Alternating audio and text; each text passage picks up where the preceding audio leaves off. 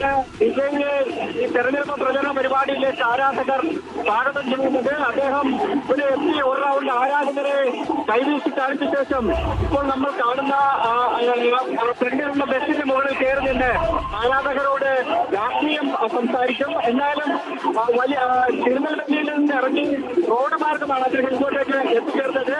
ഉച്ചമുതൽ തന്നെ വലിയ ജനക്കൂട്ടം കാണാൻ വേണ്ടിയും അദ്ദേഹം പറയുന്നത് കേൾക്കാൻ വേണ്ടിയും ഇവിടത്തേക്ക് എത്തിച്ചേർന്നിരുന്നു.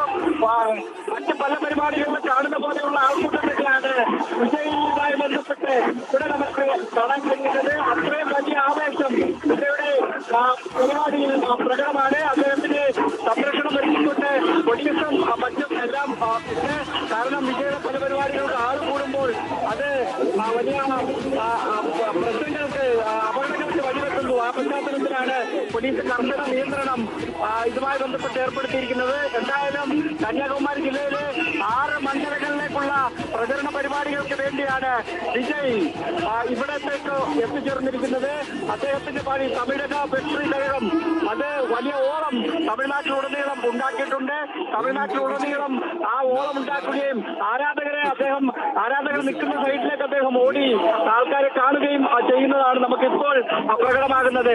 അപ്പൊ ഒരു യുവാക്കളുടെ ഒരു ആയിരക്കണക്കിന് യുവാക്കൾ അല്ലെങ്കിൽ ഒരുപക്ഷെ 10,000-കണക്കിന് യുവാക്കൾ അദ്ദേഹത്തെ കാണാൻ വേണ്ടി ഈ വെയിലിനെ അവഗണിച്ച് അടുത്ത ചൂടിനെ അവഗണിച്ച് ഉച്ച മുതൽ തന്നെ ഇവിടെ ഉണ്ട്. ഏതാണ്ട് 11 മണി സമയം മുതൽ തന്നെ വിജയിയെ കാണാൻ വേണ്ടി അവരെല്ലാവരും ഇവിടെ എത്തിച്ചേർത്തിരുന്നു. ഇന്നലെ അദ്ദേഹത്തിന്റെ ഒരു പരിപാടി തെരഞ്ഞെടുപ്പ് പ്രചരണ പരിപാടി റദ്ദാക്കിയിരുന്നു. കാരണം അദ്ദേഹം യാത്ര ചെയ്യുന്ന വാഹനത്തിന് പുറകെ ആരാധകർ ബൈക്കിൽ വരുന്നത് അപകടമുണ്ടാക്കുന്ന പശ്ചാത്തലത്തിലാണ് ഇന്നലത്തെ പരിപാടി റദ്ദാക്കിയത്. ഇന്നലെ ആ പരിപാടി റദ്ദാക്കിയതിന് പിന്നാലെ ഉപമുഖ്യമന്ത്രിയായ ഉദയനിധി സ്റ്റാലിൻ അതിനെ പരിഹസിച്ചുകൊണ്ട് രംഗത്ത് വന്നിരുന്നു. ഇപ്പോൾ തന്നെ വിശ്രമിച്ച് ചിലർ കുഴഞ്ഞു എന്ന രീതിയിലുള്ള പരാമർശങ്ങൾ നടത്തി. എന്തായാലും ഇന്ന് വലിയ ജനക്കൂട്ടമുണ്ടെങ്കിലും പരിപാടി നടത്താൻ വേണ്ടിയുള്ള തീരുമാനമെടുക്കുകയും പോലീസിന്റെ അനുമതി തേടുകയും എല്ലാം ചെയ്തിരുന്നു. ഉച്ചയ്ക്ക് 2 മണി മുതൽ രാത്രി 8 മണി വരെയാണ് വിജയ്ക്ക് പരിപാടിക്ക് അനുമതി നൽകിയിരിക്കുന്നത്. ഇത് മഹാദാനപുരം എന്ന് പറയുന്ന കന്യാകുമാരി ജില്ലയുടെ ഉപ്പുറത്തിൽ നിന്ന് 3 കിലോമീറ്റർ ഇപ്പുറത്താണ് ഇപ്പോൾ ഉള്ളത്. അദ്ദേഹം ഇങ്ങോട്ടേക്ക് വരുന്നു. ആദ്യസമയത്തിന് തന്നെ അദ്ദേഹം ഇവിടെ നിന്ന് സംസാരിച്ച ശേഷം റോഡ് ഷോ ആയിട്ട് കന്യാകുമാരിയിലേക്ക് ടൗണിലേക്ക് പോകും. അത് വേഗം പരിപാടികൾ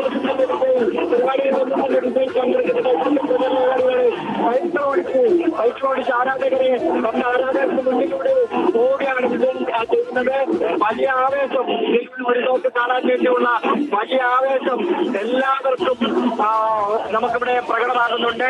വിജയെ ഒന്ന് കാണാൻ വേണ്ടി ഏതാണ്ട് കിലോമീറ്ററുകളോളം താണ്ടി മറ്റ് പല ജില്ലകളിൽ നിന്നും വിജയെ കാണാൻ വേണ്ടി എത്തിയ ആരാധക കൂട്ടമാണ് നമുക്കിവിടെ കാണാൻ കഴിയുന്നത്. ഈ ജനക്കൂട്ടം മറ്റ് പല മുന്നണികളെയും ആശങ്കപ്പെടുത്തിയിട്ടുണ്ട്. കാരണം വിജയുടെ ഈ ജനക്കൂട്ടം യുവാക്കളുടെ വോട്ട് അത് അദ്ദേഹത്തിന് പൂർണ്ണമായി പോൾ ചെയ്യപ്പെട്ടാൽ അത് മറ്റ് പാർട്ടികളെ അണ്ണാഡിഎംകെ ദ്രാവിഡ മുന്നേറ്റ ഘടകം അടക്കമുള്ള പാർട്ടികൾ അതെങ്ങനെ ബാധിക്കും എന്നുള്ള ആശങ്ക പലതരത്തിലുള്ള ചോദ്യങ്ങൾ രാഷ്ട്രീയ പാർട്ടികൾക്ക് മുന്നിലുണ്ടായിരുന്നു. അതിന്റെയാണ് കരൂർ ദുരന്തം അടക്കമുണ്ടായത്. പിന്നീട് വിജയുടെ വിവിധ പരിപാടികളിൽ ഇടയ്ക്കിടെ അപകടമുണ്ടാകുന്നത്. പരമാവധി എന്നൊരു രാഷ്ട്രീയ ചേരിയിലുള്ളവർ അത് വലിയ ചർച്ചയാക്കി മാറ്റുകയും രാഷ്ട്രീയമായി വലിയ വിവാദമാക്കി മാറ്റുകയെല്ലാം ചെയ്യുന്നുണ്ടായിരുന്നു. ചില നേതാക്കന്മാരോട് നമ്മൾ സംസാരിക്കുമ്പോൾ ഇപ്പോ എതിർ സ്ഥാനാർത്ഥികളോടൊക്കെ സംസാരിക്കുമ്പോൾ വിജയെ കാണാൻ വേണ്ടി എത്തുന്നത് കുട്ടികളാണ് എന്ന തരത്തിലുള്ള പരാമർശമാണ് അവർ നടത്തുന്നത്. പക്ഷേ നമുക്ക് ഇവിടെ ദൃശ്യമാകുന്നത് 18 വയസ്സിന് മുകളിലുള്ള വോട്ടിംഗ് ചെയ്യാൻ കഴിയുന്ന ആൾക്കാർ തന്നെയാണ്, യുവാക്കൾ തന്നെയാണ് ഇവിടത്തേക്ക് എത്തിച്ചേർന്നിരിക്കുന്നത്. അത് എല്ലാ വോട്ടായി മാറുകയാണെന്നുണ്ടെങ്കിൽ മറ്റ് ദ്രാവിഡ മുന്നേറ്റ പാർട്ടികൾക്ക് അത് ചെറിയ രീതിയിൽ ആശങ്ക ഉണ്ടാക്കുമെന്ന കാര്യത്തിൽ സംശയമില്ല. എന്തായാലും ഇത് വിജയ് ഇനി എന്താണ് പറയുന്നതെന്ന് കേൾക്കുക എന്നുള്ളതാണ് ആരാധകർ ഉറ്റുനോക്കുന്ന ഏറ്റവും പ്രധാനപ്പെട്ട കാര്യം. അദ്ദേഹം രാഷ്ട്രീയം പറയുമ്പോൾ സ്വാഭാവികമായിട്ടും വലിയ വിമർശനങ്ങൾ അദ്ദേഹം ഭരണ പാർട്ടിക്കും പ്രതിപക്ഷത്തിനുമെതിരെ ഉന്നയിക്കുമെന്ന കാര്യത്തിൽ സംശയമില്ല.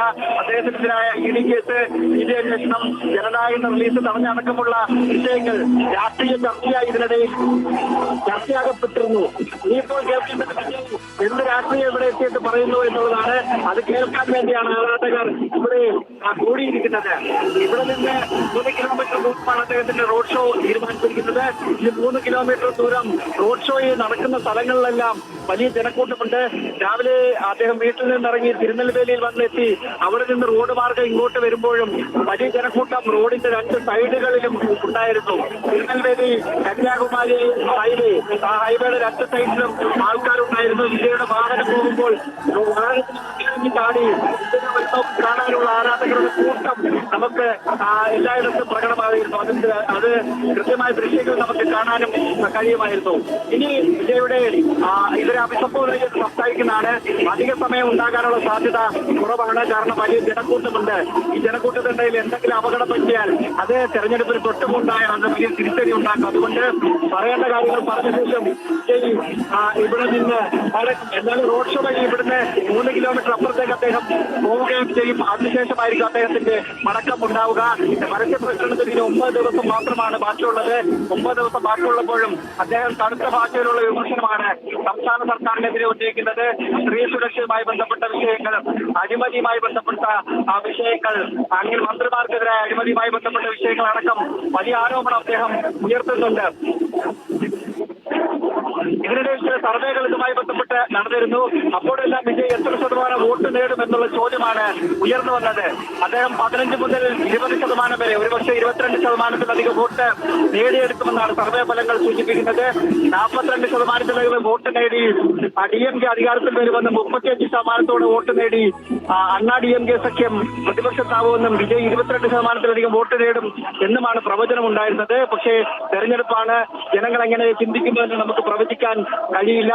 അത് അദ്ദേഹത്തിന്റെ തന്നിലെ ആൾക്കൂട്ടം എല്ലാം വോട്ടായി മാറുകയാണെന്നുണ്ടെങ്കിൽ ഒരുപക്ഷെ തമിഴ്നാട് രാഷ്ട്രീയത്തിൽ ഒരു പുത്തൻ ഉണർവ് അദ്ദേഹം ഉണ്ടാക്കുമെന്ന കാര്യത്തിൽ സംശയമില്ല.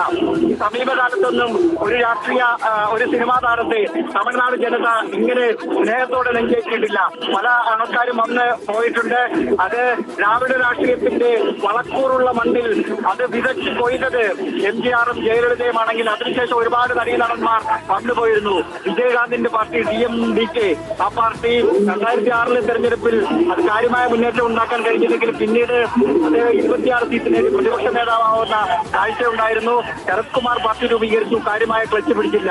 പിന്നീട് കമലഹാസൻ മക്കൾ നീതിമയം രൂപീകരിക്കുന്നു, അദ്ദേഹം നീതിമയം രൂപീകരിക്കുന്നു. അദ്ദേഹം DMK-യുടെ സഖ്യത്തിൽ ഇപ്പോൾ മത്സരിക്കുന്നുണ്ട്.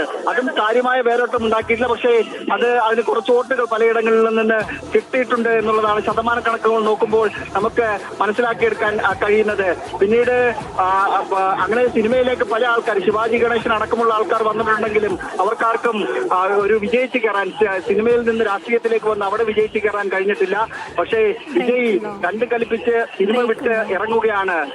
അദ്ദേഹം ജനങ്ങളുടെ നായകനാകാൻ വേണ്ടിയുള്ള ഒരുക്കത്തിലാണ് വിജയ് ഇവിടെ ഈ തെരഞ്ഞെടുപ്പിൽ മത്സരിക്കാൻ വേണ്ടി ഇറങ്ങിയത്. 234 സീറ്റുകളിലും അദ്ദേഹത്തിന്റെ സ്ഥാനാർത്ഥികൾ തന്നെയാണ് സ്വതന്ത്രമായി മത്സരിക്കുന്നത്. ആ പാർട്ടി തന്നെയാണ് മത്സരിക്കുന്നത്. ആരുമായി സഖ്യം അദ്ദേഹം ചേർന്നിട്ടില്ല. സഖ്യം ചേരാൻ വേണ്ടിയുള്ള പലതരത്തിലുള്ള ചർച്ചകൾ ഉണ്ടായെങ്കിലും സഖ്യം ഉണ്ടായിട്ടില്ല എന്നുള്ളതാണ് മറ്റൊരു പ്രധാനപ്പെട്ട കാര്യം. അങ്ങനെ രണ്ട് മുന്നണികളെ നേരിടുക എന്നുള്ള വലിയ വെല്ലുവിളിയാണ് വിജയ് സ്വന്തമായി. ശരി സൈഫു, തമിഴക വെട്രിക്കഴകം അധ്യക്ഷൻ നടൻ വിജയ് പ്രചരണത്തിനായി ഇപ്പോൾ കന്യാകുമാരിയിൽ എത്തിയിരിക്കുകയാണ്. വലിയ ആവേശത്തിലാണ് മുന്നണികളും പ്രവർത്തകരുമെല്ലാം.